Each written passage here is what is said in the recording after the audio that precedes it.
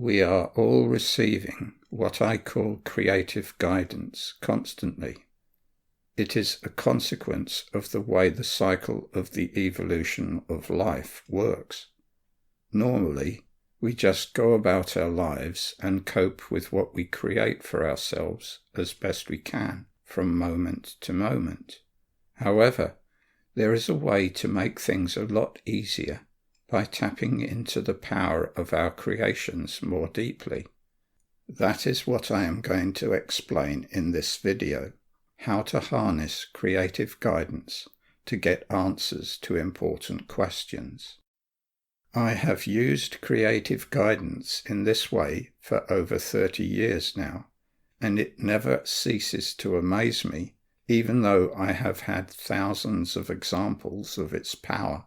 It is a major tool that I have used to get to the place of having the understanding that I am sharing via these videos. Largely, through its use, I have developed my intuitive ability to simply see answers, but I still use it from time to time when an issue is particularly puzzling. There is an extra benefit to using creative guidance on top of getting answers to one's significant questions. It develops one's real intelligence. Simply living and learning increases one's intelligence, because that is the purpose of creative will, to instill real intelligence into the universe via evolution. I think that the practice of tapping into one's creative guidance in the way I will describe develops one's IQ somewhat. However, in my opinion, IQ is not real intelligence.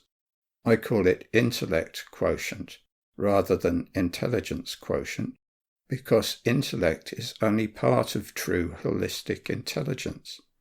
IQ magnifies one's level of wisdom.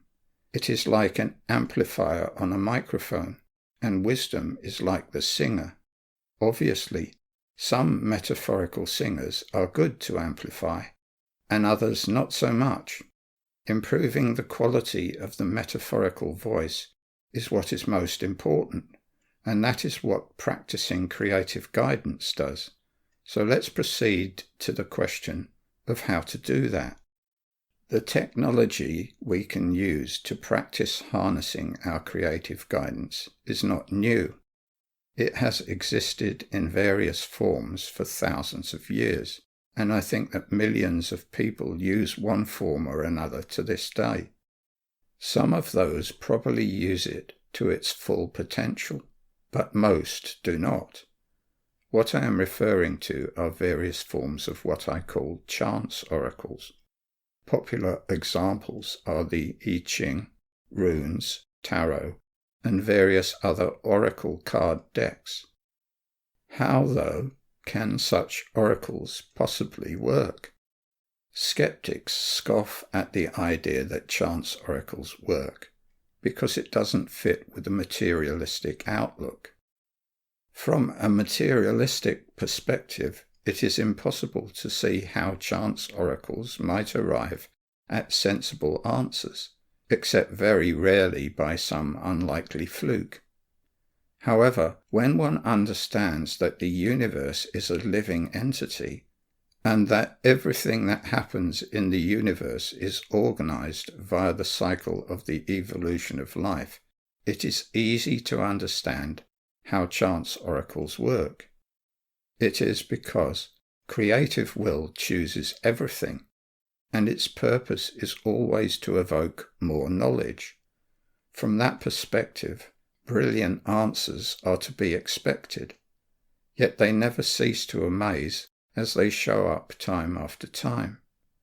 Practicing using one's creative guidance in the most powerful way, one soon gets a sense of being loved and supported by what may otherwise seem like a random and often cruel universe.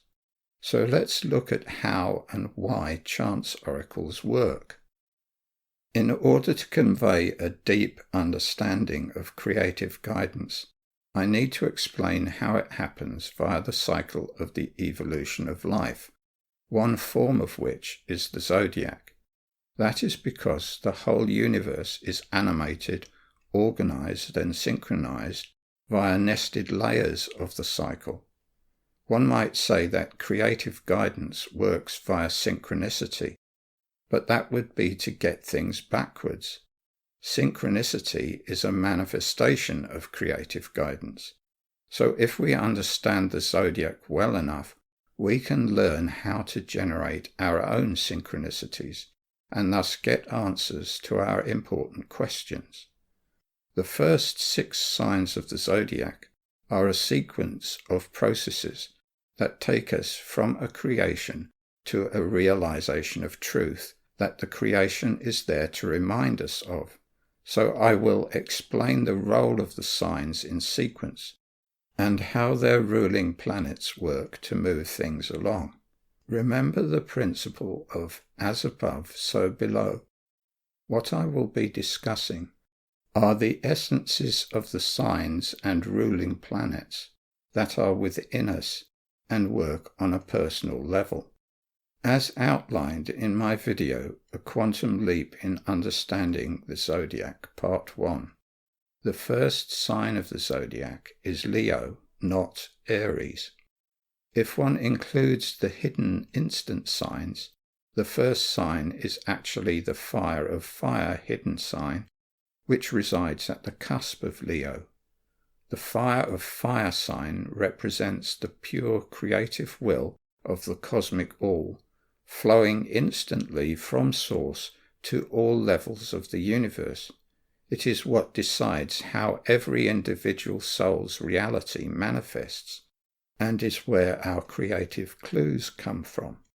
Our clues are pointers, signposts that point out the path to new truths. The first 6 signs of the zodiac are the path.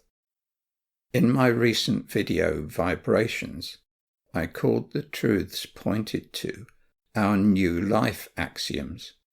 As I explained in that video, following our creative pointers is how we raise the coherence of our vibrations. Another way to put that is that it is how we become more holistically intelligent. The coherence of our vibrations and how holistically intelligent we are one and the same thing. Chance oracles are a brilliant technological innovation that enable the creative will of Source to offer us much more effective signposts. The chance part is key. Choosing a clue at random takes one's ego out of the equation. There is actually no such thing as random in the sense that it is normally thought of. Random is a word for what we get when we allow life to choose our clues. It only ever seems random because we don't see any sensible reason for random things to happen the way they do amongst many other possibilities. However, there is always a reason for life's creative choices. Since truths cannot be reasoned out logically, life often seems to have no reason, and we call it random. Let's look at how this process can be harnessed via the cycle of the evolution of life. Crafting a significant question is the key to the power of creative guidance, but for now we will assume that we already have such a question and are about to use a chance oracle to get a signpost that will point us to the answer. The act of choosing an oracle and, say, taking an oracle card at random is a fire of fire choice. When we don't have personal knowledge of what the card will be, choosing it is an act that joins our personal fire with cosmic fire. It is a personal decision to allow life to choose the best clue. Since life wants to give us the best clue, that is what we get. So now we have a clue. Understanding that it is a clue and not an answer in itself is crucial. When I first began using creative guidance, Being a scientist, I experimented with it. I decided to test whether it worked. So I thought of various questions to ask about future events and recorded the clues I got, assuming that they would be answers. I soon found that such a technique didn't work. I seemed to be getting gibberish. I could have abandoned the idea in disgust at that point, but I have a Capricorn Mars and am more persistent in working my way to the truth than that. So I changed my ideas about how such oracles might work. I decided to assume that they were not giving me answers, but clues that might help me see answers. After all, experience is not about being handed answers. It is about experiencing and knowing truths for oneself. So I took to using what I got as a clue. I assumed that I always got the best clue that the particular oracle could have given me, and worked patiently to realize what it was hinting at. My level of success was immediately transformed. When I assumed that what I got were clues, I was gobsmacked at how brilliant the clues I was given were. I can't stress this enough. If you want answers from your creative guidance, never assume what you are given is the answer. Too many oracle card books are written as if the cards you get are to be interpreted as answers. I call that code interpretation, and unless you have already developed a strong intuitive faculty, you will get gibberish using an oracle in that way. It will prevent you from experiencing the power of your creative guidance. We all have that power, but there is a tendency to block it by wanting the answer handed to us on a platter. Many decades ago, when I was in the 6th form at school, I was blessed to have a brilliant teacher who taught a handful of us applied mathematics. He didn't use the standard technique of writing out a lesson on the blackboard. He would bring in old exam papers and give us problems from the papers to solve, which we did as a team effort. He would be part of the team, but only give us suggestions if we got stuck. This is how creative guidance works. It provides hints that help us solve our problems for ourselves. It would have defeated the purpose if the teacher had acted as a know-it-all member of the team and given us the answers on a platter. Similarly, the clues that creative guidance provides are not answers. They are hints that say, contemplate this in relation to your question, and you will see the answer. The benefit of that cannot be overestimated. Fake authority hands out answers all the time. In fact, it often demands that its answers must be believed in. We are expected to trust in its dictates. Life is a true authority, so it gives us hints that help us see answers for ourselves, because when we do, we know they are the correct answers. That is a major benefit of using a chance oracle correctly. Tapping into the full power of our creative guidance means stepping back to the crafting of the question. It means stepping back a couple of stages to the Cancerian and Geminian stage of the cycle. The essence of Gemini is air of fire. It is therefore the sign of seeing and understanding one's personal perspective on the creative will of life. All signs process what they receive from previous signs and add something to hand to the next sign. Gemini receives manifestations of creative will from Taurus. It represents the perception of creative will that stem from that gift. By processing our manifest creative choices, Gemini clarifies our understanding of previously experienced will. That is not the end of the process, however. Learning gives rise to curiosity, and curiosity is a very significant manifestation of the Geminian essence. That is because creative will travels backwards in time to meet us. It is constantly showing us a path to new truths and the broader and deeper understanding they afford us. It creates a breadcrumb trail for us to follow. At first, the crumbs show us what may be very vague hints. We hinder the receipt of our blessings if we are not curious about such hints. We can help things along if we have Geminian open-mindedness and the curiosity to look for and pay attention to our clues.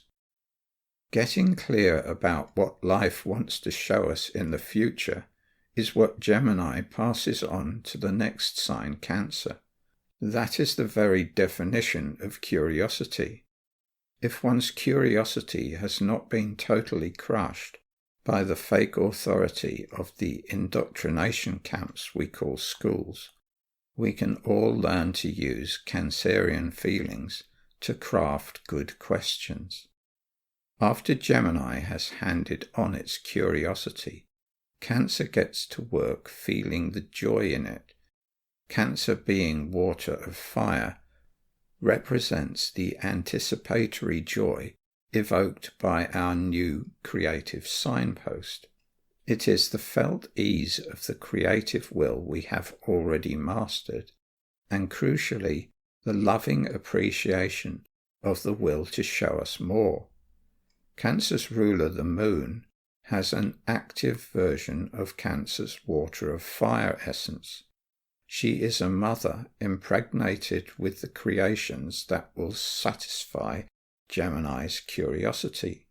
These two signs tell us how to craft our questions properly, and that is an indispensable part of creative guidance. So how does one do that? The essence of Cancer informs us that feeling is a key part of the process. As I explained in my video, The Four Elements, Part 2, the water element is not fundamentally about feeling. It is about knowing, but we feel that we know when our felt sense flows like water. So knowing our creative will via the Cancerian essence is about allowing the felt sense of it to flow. When the flow is not blocked by our fears, Cancerian knowing is a warm, cozy, fluid feeling of familiarity. The feeling of a question is part of that. It is what intuition is about, a feeling of familiarity about something we have forgotten that we know. It is important to understand this point. Personally, as we focus on being our little me selves, we start out only dimly aware of knowing the new truths we are choosing to see next. That is because when we come to this world, we deliberately forget that we understand, so that we can experience knowing what we understand experientially. At first, the feeling of curiosity is an exciting sense of anticipation. We require a clue to spark our remembrance. That is why I call the clues/signposts we create for ourselves reminders. From the Cancerian sense of ease and security comes the desire to create new members of the family. As yet they are unfamiliar familiars that will remind us of what we know. Feeling that is a joyous anticipation of what life wants to show us next. When we do that correctly, we cannot fail to be given the perfect clue. It is a prayer asking for what life wants to give us. Naturally, life always provides what it wants to provide when we let it. So if we want clues that point to sensible answers, Don't just jump in at the first question that carelessly comes to mind. Tune into your heartfelt sense of what you really want to know. Geminian curiosity works via the essence of the ruler of Gemini, Sedna. Sedna was named after a figure from Inuit mythology. See my video, Sedna's Singing Sword, The Sharp Significance, for an in-depth discussion of that. When Sedna's sword sings, it means we have become clear about an emerging question. It is like a tuning fork we can use to spark our curiosity. Like all other planets, Sedna's essence has 2 dimensions. She is predominantly an air planet with an active version of Gemini's essence. She perceives creative will. However, she also has a water dimension, which is an active version of the next sign Cancer's essence. So a felt knowing of creative will is evoked by her perception of it. This watery dimension of Sedna is the same as the primary deep watery essence of Cancer's ruler, the moon. So an active felt knowing of creative will spans both signs. In knowing what has already been chosen, there is a warm, cozy feeling of being at home in the familiar. In knowing the fire of what is being chosen, there is also a future joyous passion for new creations. In the myth of Sedna, she was the girl who would not marry. At least she wouldn't marry any of the men of her tribe. That is to say, those she was familiar with. In the end, she married a visitor who took her away to a new home. On the wedding night, he revealed himself to be a great bird spirit. A bird is a creature of the air, so Sedna's husband represents Geminian curiosity. Sedna wanted to marry her curiosity, but when he revealed his true nature, she became scared and chickened out. She tried to get her father, the creator god Anguta, to rescue her. That was her trying to quench the new creative fire with her watery moon dimension. But water is only an allegory for the knowing of creative will. In the cycle of the elements, the water element is actually fuel for the fire of creative will. In that respect, it is more like whiskey than water. Fire is there to give water what it desires, so water's role is not to put fire out, but to be inflamed by it. Sedna's fear was symbolic of how fear of the future keeps us stuck. It took the warmth out of her life and brought on tragedy. She angered her husband by trying to escape him. Her father is symbolic of the old creative will that has got us to where we are. So he was powerless against the wrath of Sedna's husband. Seeking to save himself, Anguta turned against Sedna, throwing her overboard. As she tried to cling to his kayak, her fingers froze and broke off, symbolizing the futility of efforts to control the future by clinging to the past.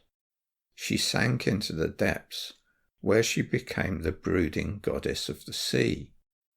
Even though Sedna's is a very gruesome myth, I love it because its symbolism is excellent. The gruesomeness and her brooding bitterness is not Sedna's true essence. It is the shadow side of her essence. It shows how we create darkness for ourselves when we cloud the creative warmth of the sun with our fears. When we embrace our curiosity, our inner Sedna's wedding night goes very differently. Instead, she is impregnated by the inflammation of her curiosity and becomes Cancer's ruler, the moon. The moon's essence is also an active version of Cancer's water of fire, so she deepens Sedna's desire for new creations. Her secondary dimension is fire of fire. New life grows within her, deepening her enjoyment of curiosity. Then it is born at the cusp of Leo, via the fire of the solar center. This is how yin and yang work together to produce new life.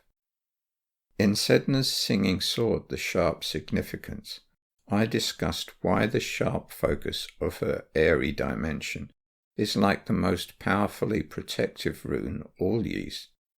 If we wield its sharp focus in a judgmental way, it gives rise to fear and anger. Reacting from that, we only cut ourselves upon its edge. Now we are going deeper into an understanding of why the singing of Sedna's sword must be peaceful.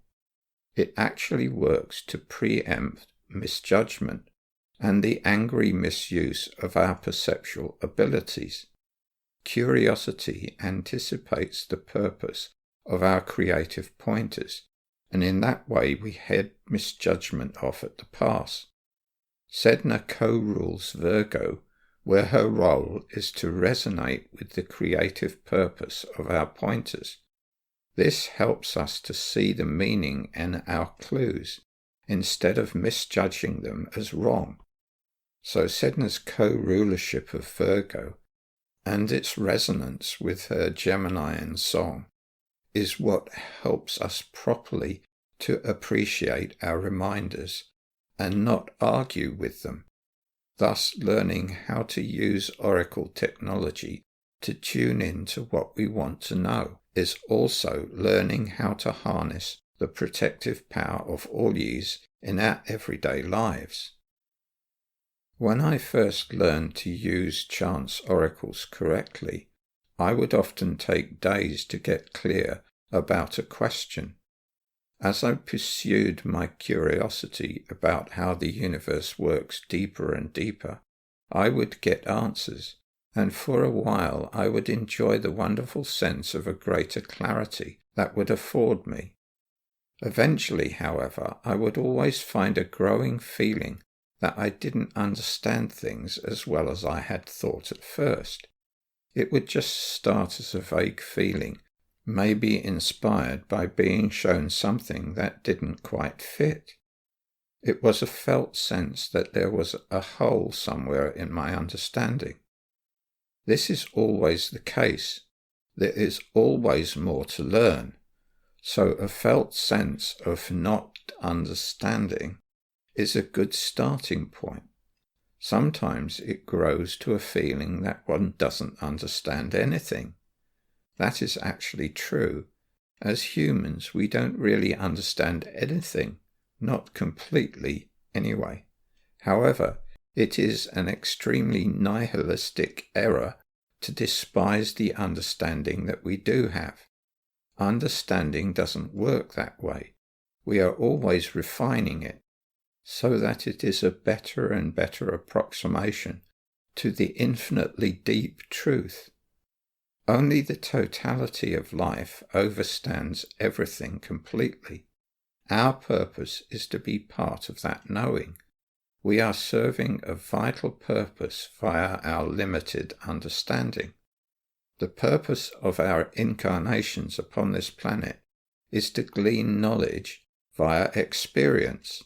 Knowledge is a whole new dimension on top of understanding. You can put a limited understanding into a computer, but it cannot know what is correct, so it cannot experience the knowledge of the understanding. That is especially true if what we have put in is wrong. The way to wield the sharp edge of Sedna's discernment correctly is to concentrate on the sense of not being clear and allow Sedna's feeling dimension to bring that fuzzy sense into sharp focus in the form of a question. A question is like a photo negative of an answer. It maps the answer out by feeling out its form. All sorts of questions might want to spring to mind, but a lot of them often stem from one's ego in an effort to bolster the old way of viewing the world, and surreptitiously moan about being a victim of non-conforming reality. Such questions will get you nowhere. They are arguments with reality and the blessings it is offering. So learning to feel one's way to what one truly wants to know is crucial.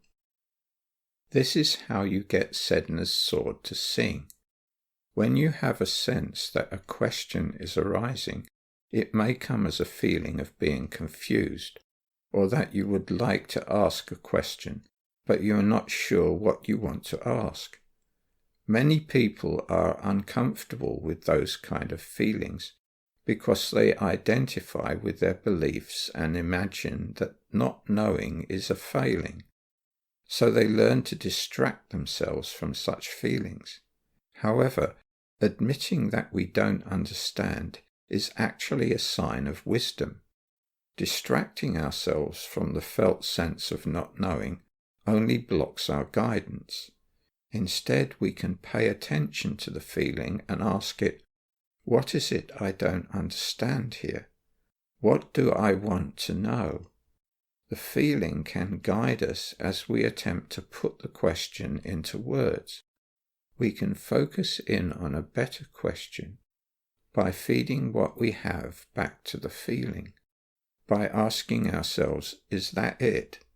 Does that do a good job of articulating my question? In that way, we can zero in on the best form of the question. The felt sense of it will flow more as the articulation of the question becomes better. If not, there will continue to be a feeling of confusion. Don't let that put you off. If we persist in trying to get a better articulation, we will eventually arrive at a satisfying question. Once you have a feeling that your question is good, you have done 90% of the work required to realize an answer. You have guaranteed that the clue the oracle will give you will be the very best clue it is capable of.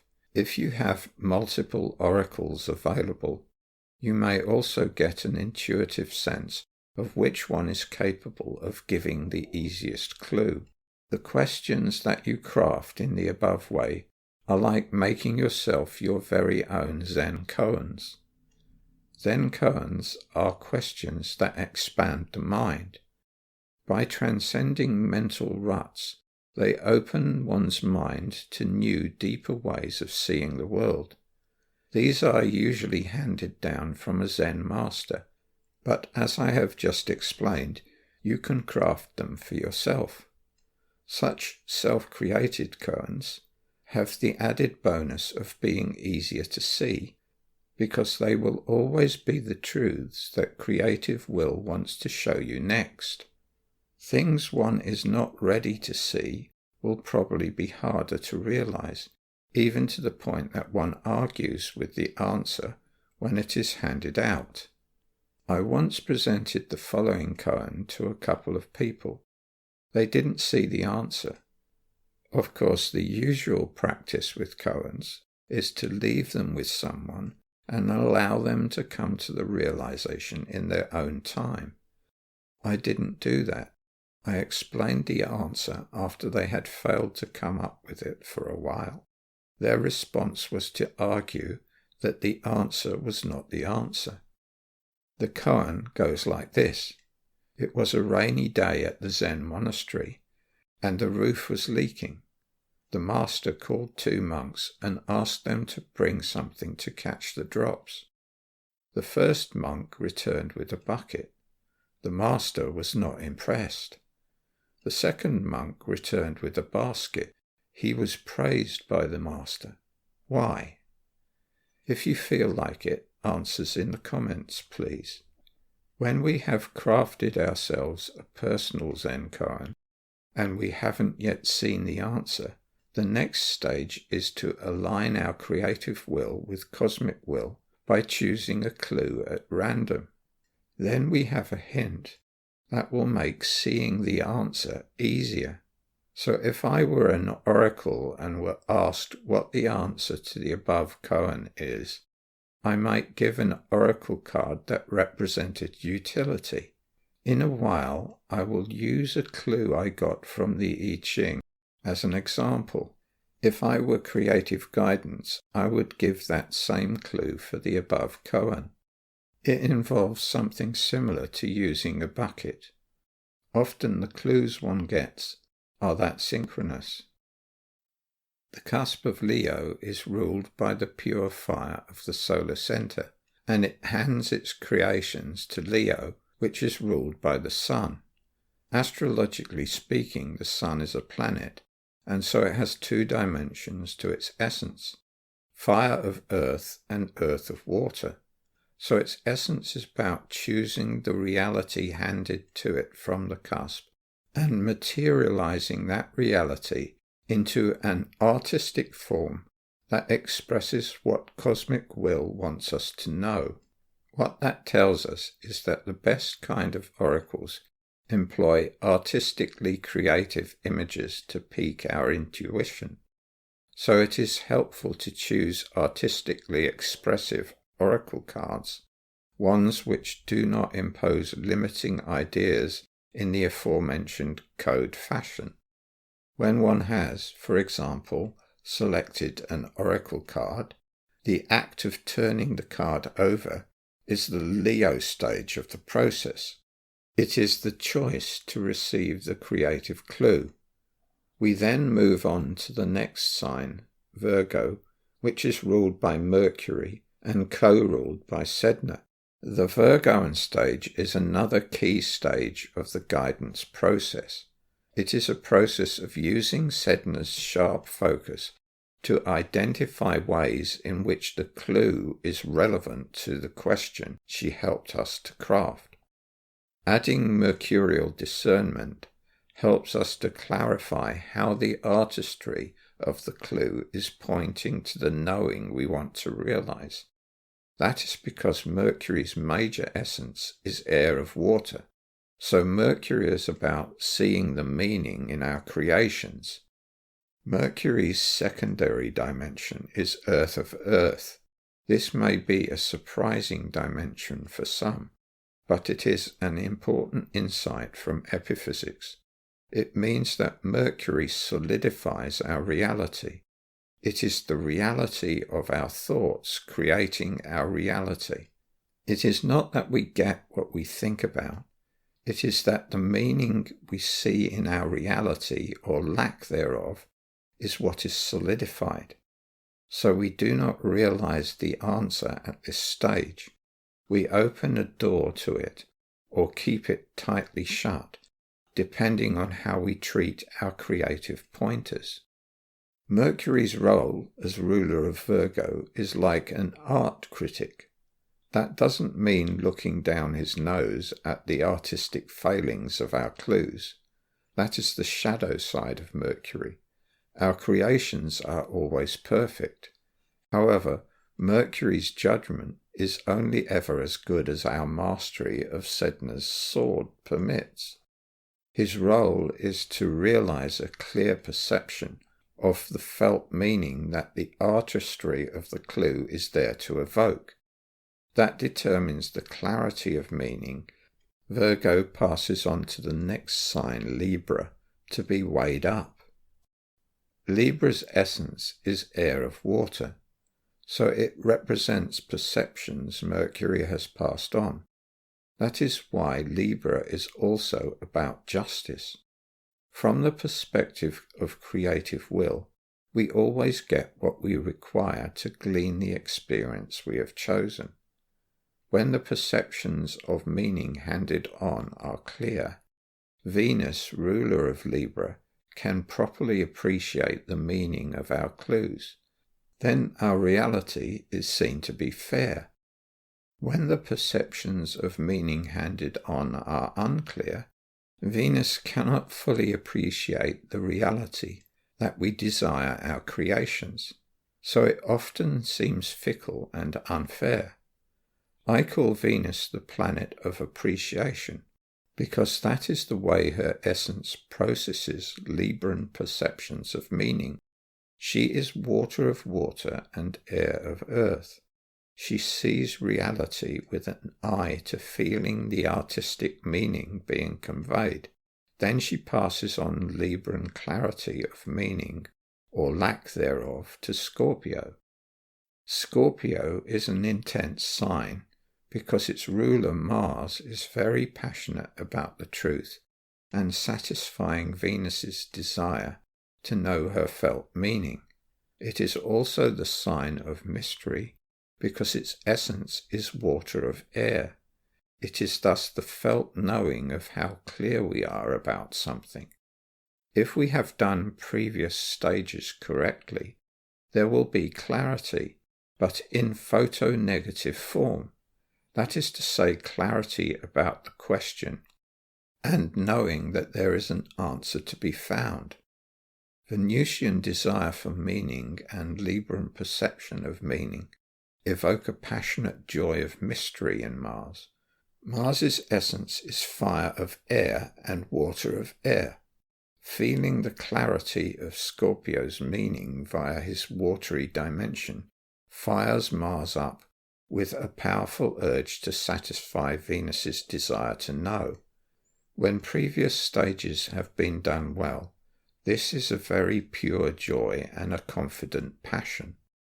Conversely, when mercurial discernment fails to clarify the meaning in a creation properly, Venusian appreciation is frustrated. Libran balance seems unfair and Scorpio turns dark. Mars then feels oppressed by a lack of clarity about what Venus wants. He fears the machinations of all sorts of devious hidden enemies and becomes paranoid, angry, and confrontational.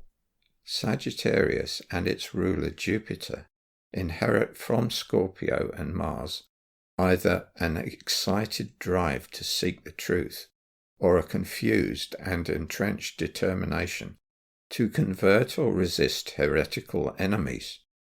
This translates as a faith in the guidance of life and the adventurous courage to seek out answers, or a rigid and dogmatic conviction that old ideas are true and are being assailed by evil forces.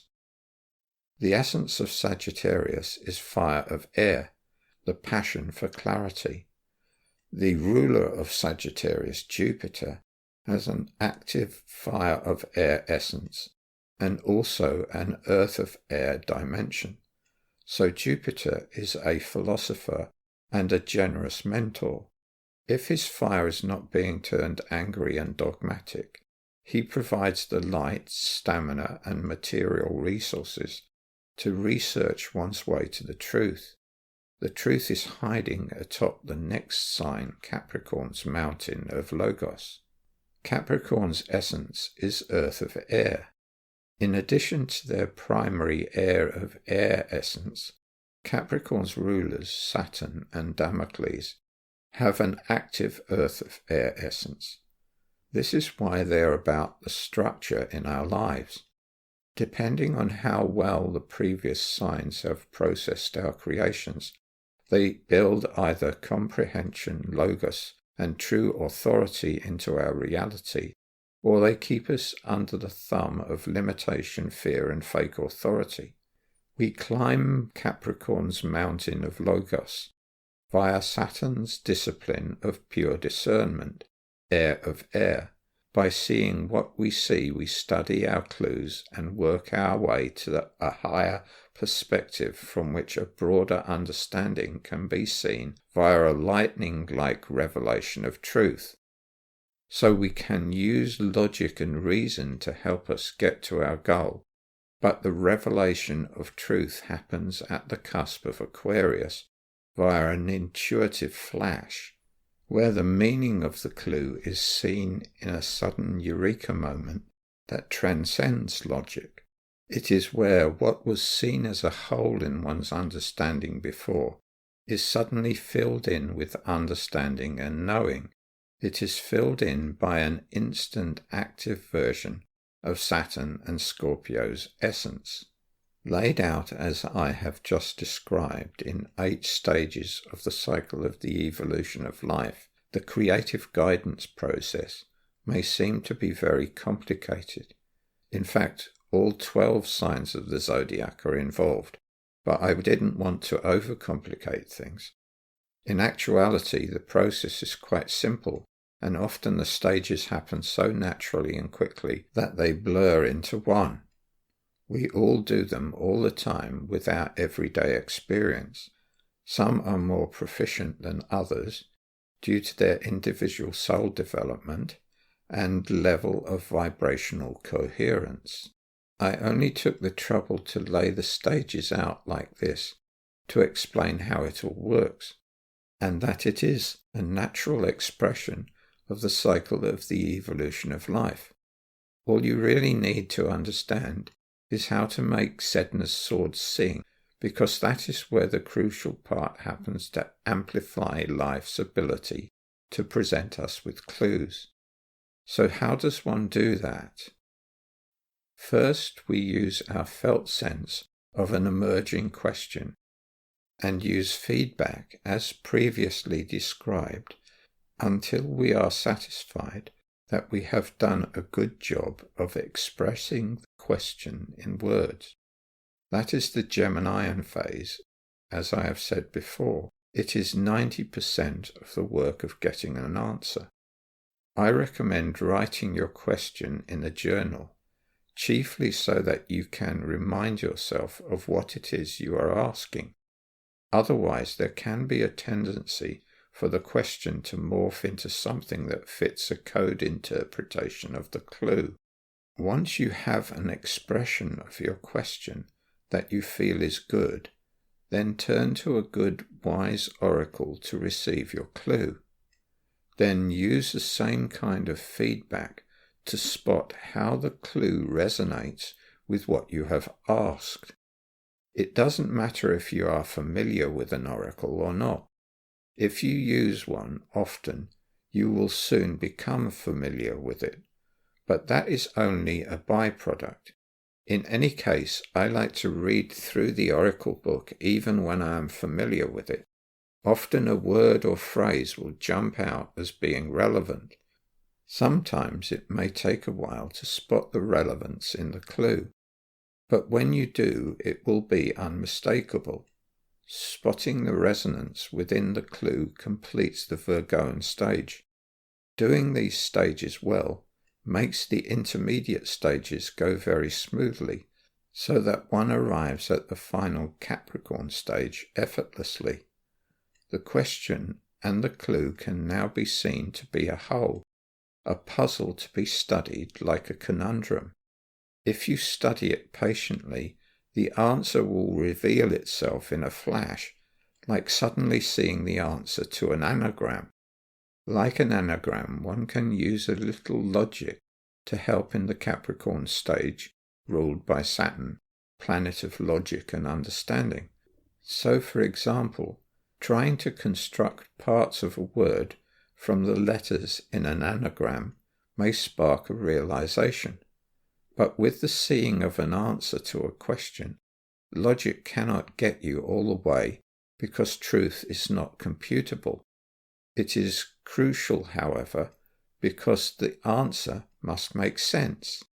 The way you know that creative guidance is true is that you now understand something you didn't before and can see that the answer is logical. Sometimes I have to set puzzling aside and come back to it later before I see such an answer. If I am not too tired and ask a question at bedtime, I will often wake up seeing the answer. Let's move on now to some examples of using the process. First, I will use a ready-made koan. It is one to which I have an answer, but am not completely sure that said answer is correct. I have always found it to be a pesky little koan, because it seems rather silly. Let's see if my new animal spirit oracle cards can make things clearer. When I write a question in my guidance journal, I always start it with Dear Mystery, so here is my best crafting of the question. Dear Mystery, I have an answer to the koan, what is the sound of one hand clapping, but am not completely sure it is correct. My answer is that there is no sound of one hand clapping, because clapping is a collaborative effort. Oh dear, something has just happened to kind of spoil the example. It is what happens sometimes, especially if you are practiced at using creative guidance. All is good though, because it is now an example of such occurrences. In crafting a question, one sometimes sees the answer before taking a clue. That is what just happened. As I wrote out my speculative answer, I saw that because life is an irreducible whole, it is both a collaborative effort and an intrinsically silent oneness. It is indeed like one hand clapping. So the answer is probably silence. In such circumstances, I usually ask whether the answer I have seen is correct. So that is what I will do now. Dear Mystery, I think I have now seen the answer, that it is silence because clapping is a collaborative effort, but the essential nature of life is silence and oneness. Is that answer correct? The clue I have been given is the cat spirit card with the tagline, Claim Your Independence. That seems promising because to be independent is to be like a solitary hand that can clap on its own. Let's look at the Oracle book to see what else might resonate.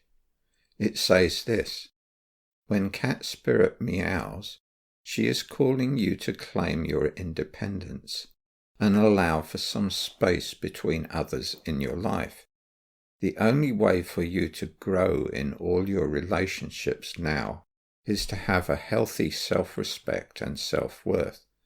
When you walk in dignity, knowing you are self-aware and willing to grow, trusting the value you bring, the world will mirror this back to you. That is such a brilliant clue, even to the point of mentioning the meow. That is not the sound of the cat walking in dignity.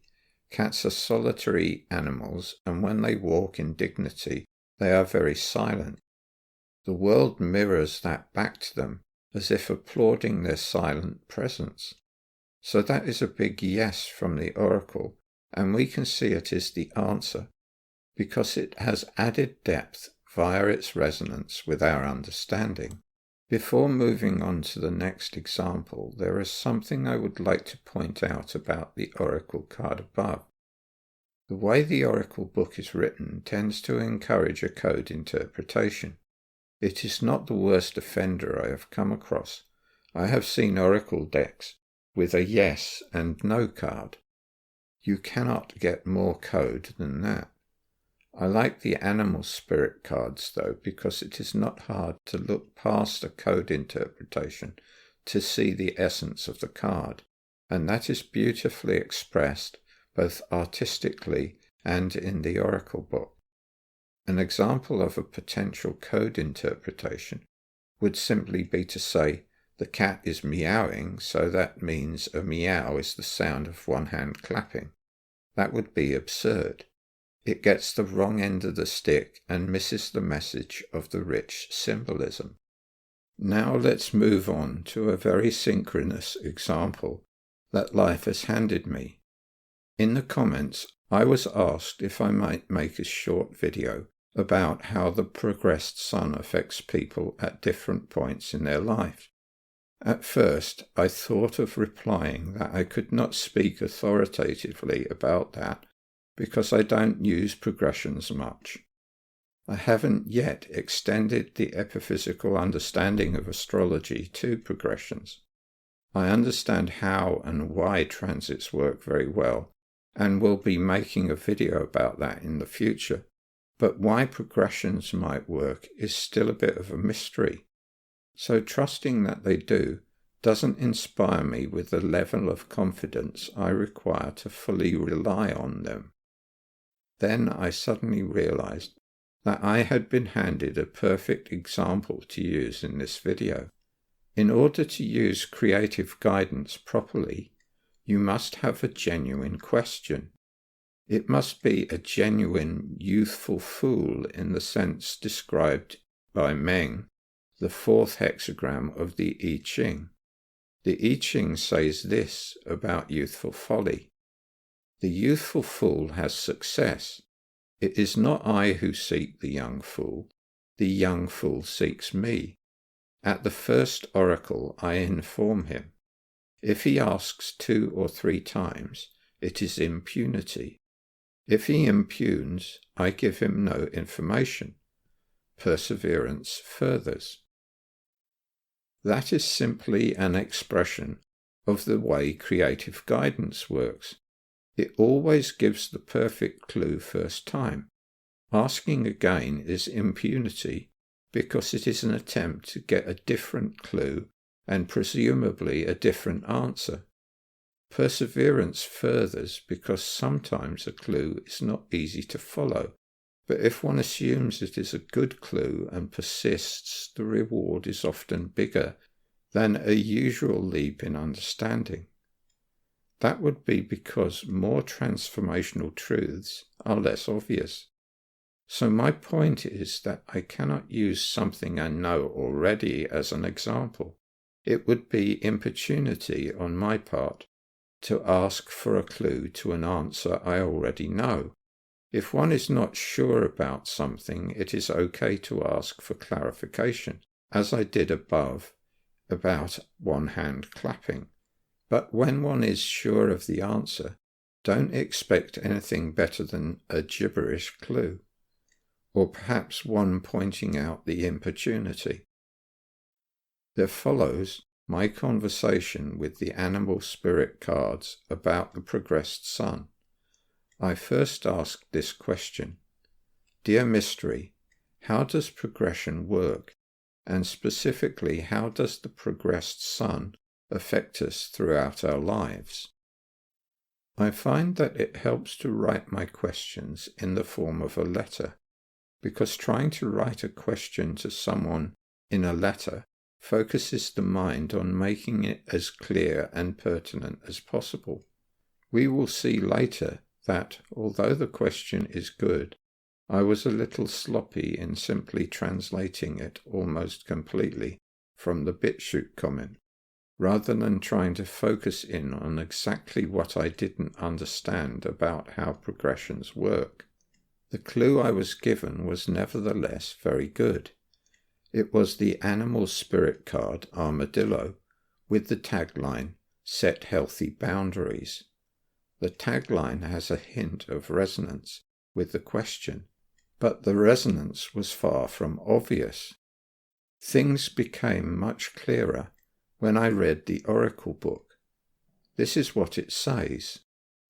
Learning to set healthy boundaries is the gift of Armadillo Spirit.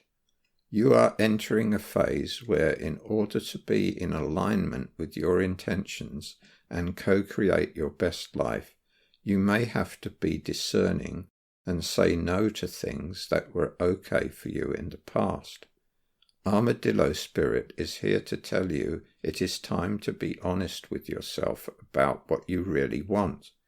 Be clear on what you are agreeing to. Declare what your needs are and say no as a full sentence. These are acts of respect and kindness to others as well as yourself. If we consider what I have said above about the sun, we can see how beautifully pertinent this clue is. The actual sun is so near to the solar center that the two essences are expressed as one through the sun's position in the zodiac. It represents our personal creative will, which is why legacy astrology often says that the sun represents the ego. That is not true, however. The ego is the shadow side of the sun. It casts shadows of fear over the light of our creative self-expression. Because the essence of the solar center is fire of fire, our personal creative self-expression is not different from the whole creative expression of life. It is part of a co-creative expression. And when we tap into the true creative will we are receiving from cosmic will, via the right use of Sedna's singing sword, we transcend the fears of the ego. Setting boundaries from an ego perspective is like a child throwing a tantrum. It is obviously egotistical, yet creative will is pure unconditional love. It is kind and respectful to all. The key to understanding love properly is the definition I got from Arthur Janov. Love is giving others what they need to be their real selves. Clearly, when we are being egotistical, we are not being real, and the same applies to others. So if we are not setting proper boundaries and allowing others to trample on our rights, it is perfectly loving to say no and mean it. Conversely, it is not loving to either ourselves or others when one doesn't set healthy boundaries. In the light of the above clue, we can see that the armadillo spirit is an excellent clue which points to a brilliant answer. It is saying that the progressed sun maps out phases in the development of our creative self-expression. As such, it still has the essence of a transiting sun, but is more an accumulation of creative will rather than a brief influence. In that case, one would look to times when the progressed sun moves from one sign to another to expect sharp transitions between phases of the development of one's creative will. Aspects to other planets would represent slower, but not necessarily less significant transitions. Having seen that answer, I realized that I had not asked the perfect question to get to what really puzzles me about progressions. It was an appropriate clue because I did ask specifically about the sun, but what I realized was puzzling me most is why progressions work at all. So I proceeded to ask this. Dear Mystery, thank you for the wonderful armadillo clue. I am still not clear, though, on why progressions work. It is clear to me why transits affect us, but why a progression of, say, a day for a year represents an influence still puzzles me. Please help me see the answer. The clue I was given was the most amazing clue I have ever received. Not only does it point to a profound answer, it does so with brilliant tongue-in-cheek humor. It was the brown bear spirit card with the tagline, "Take time out." We don't need to look at the oracle book to get the relevance of that clue. Life is making a clever jest with it. The brown bear spirit is about taking a break, taking time out from one's hectic life like a hibernating bear.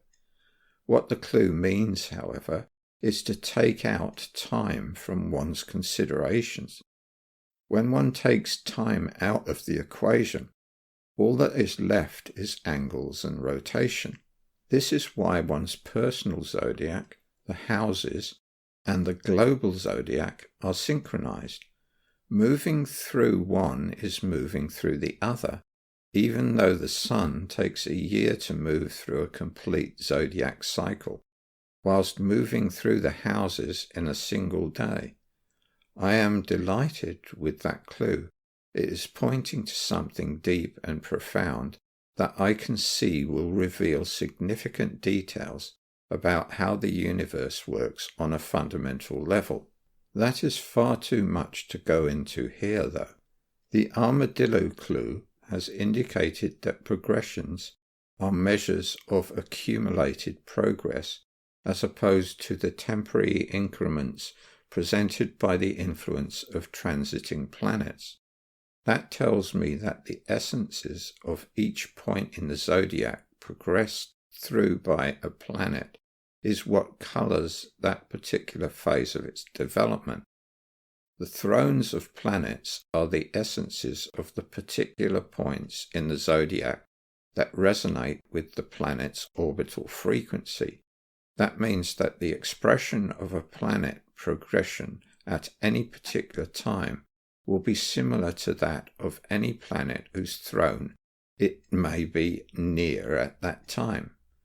For example, say that someone's progressed sun was in Capricorn, nearing the throne of Damocles.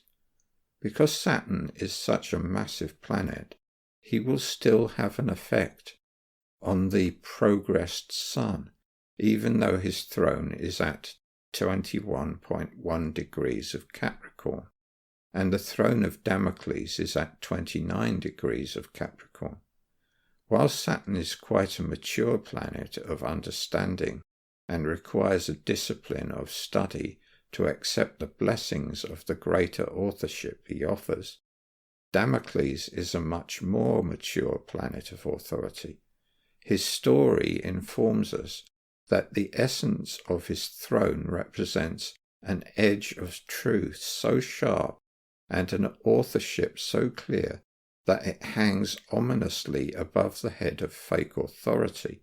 So the phase of a person's life with the progressed sun in a close conjunction with the throne of Damocles would be one in which they are challenged to break free of the control of a fake authority that is losing its grip.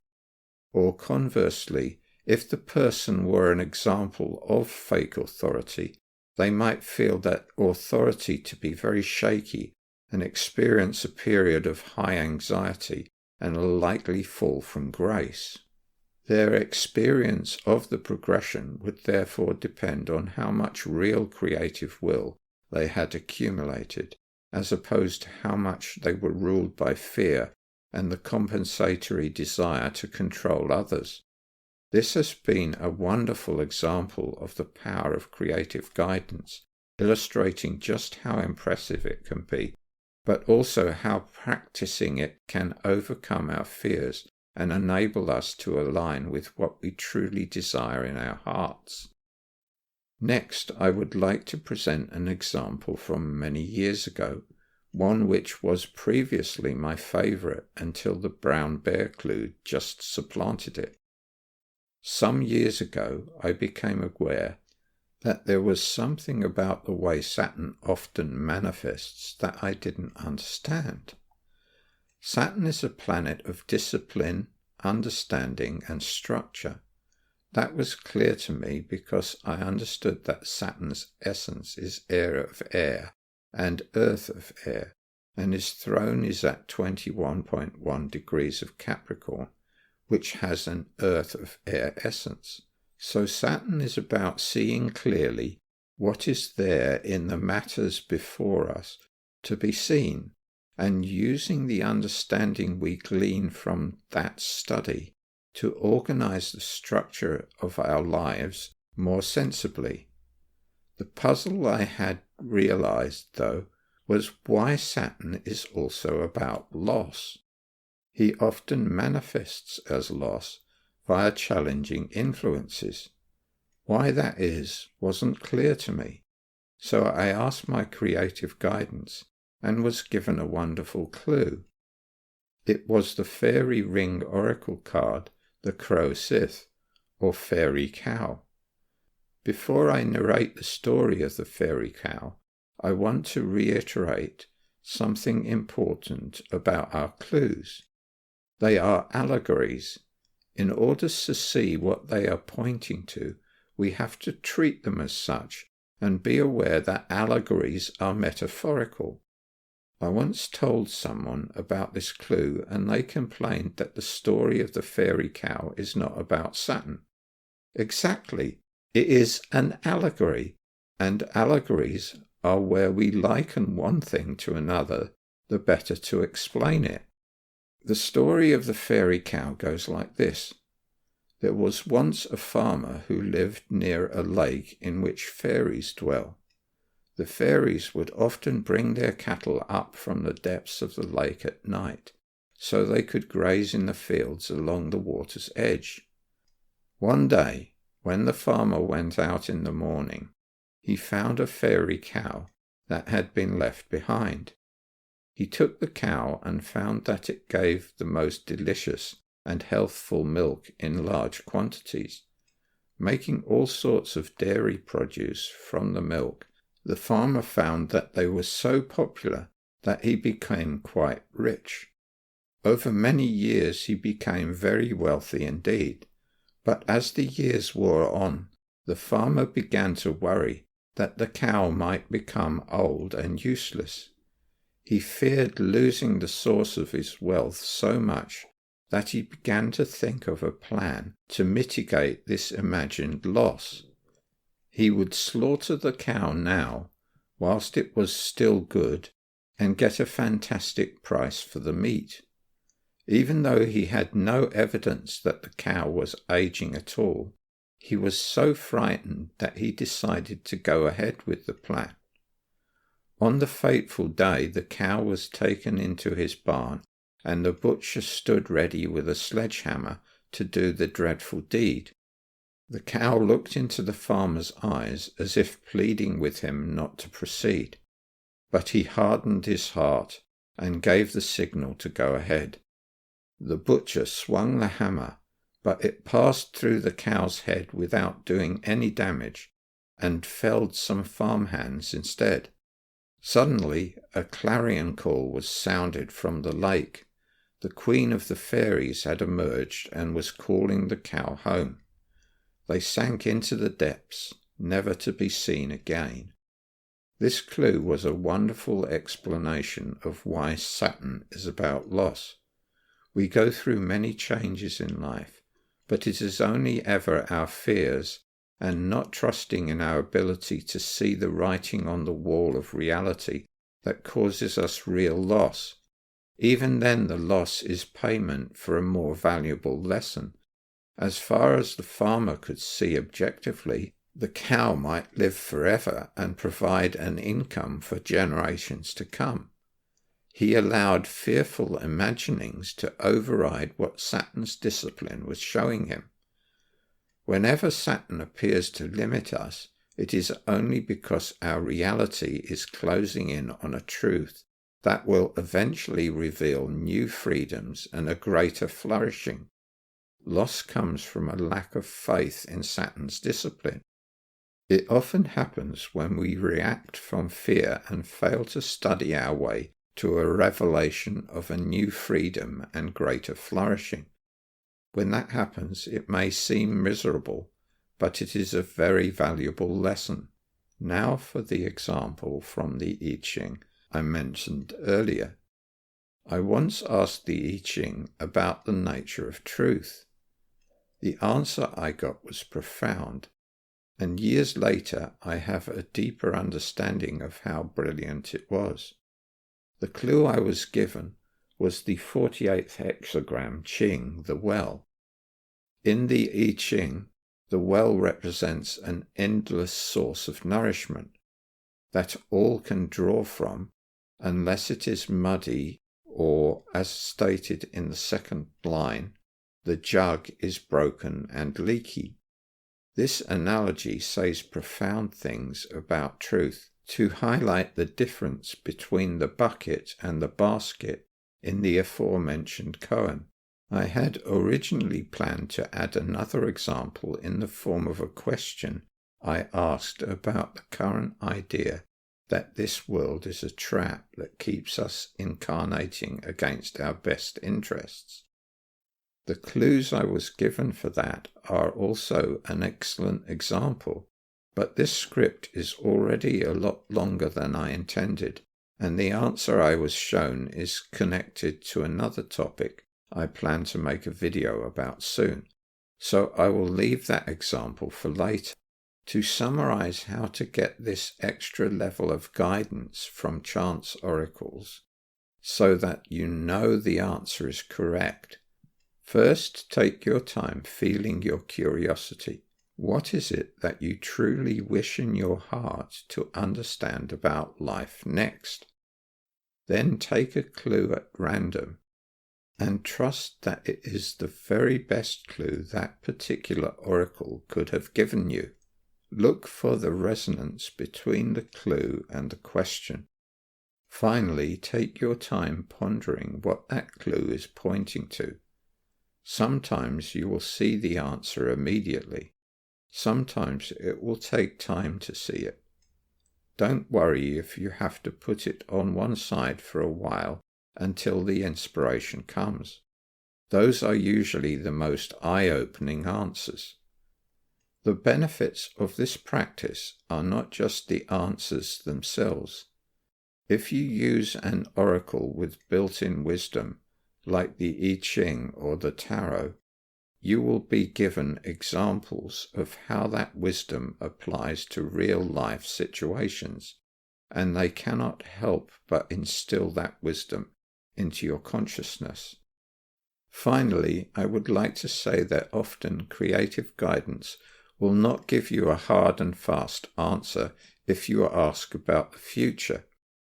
I have developed a special 3-card spread which makes inquiries about the future easier to interpret.